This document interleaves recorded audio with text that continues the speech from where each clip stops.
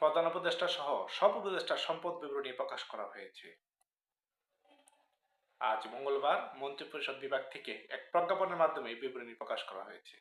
প্রজ্ঞাপনে বলা হয়েছে, মন্ত্রিপরিষদ বিভাগ থেকে 2024 সালের 1 অক্টোবর জারি করা প্রজ্ঞাপন অনুযায়ী অন্তর্বর্তীকালীন সরকারের উপদেষ্টা এবং সমমর্যাদা সম্পন্ন ব্যক্তিবর্গ এবং তাদের স্ত্রী স্বামীর 30 জুন 2024 এবং 30 জুন 2025 তারিখে সম্পদ বিবরণী প্রকাশ করা হলো।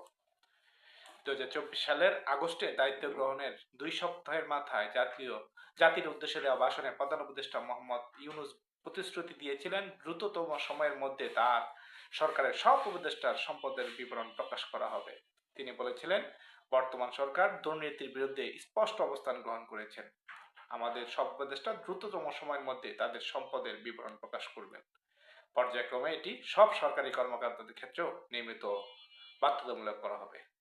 এর মাধ্যমে বর্তমান অন্তর্বর্তী সরকারের উপদেষ্টাগণ তাদের সম্পদের বিবরণী প্রকাশের মাধ্যমে নিজেদেরকে পরিপূর্ণভাবে প্রকাশ করলো যে তাদের মাধ্যমে যদি কোনো এই সময়ের মধ্যে তাদের সম্পদ যদি অতিরিক্ত কোনো বৃদ্ধি পেয়ে থাকে তাহলে সেটা যেন প্রকাশ পায়। ধন্যবাদ সবাইকে।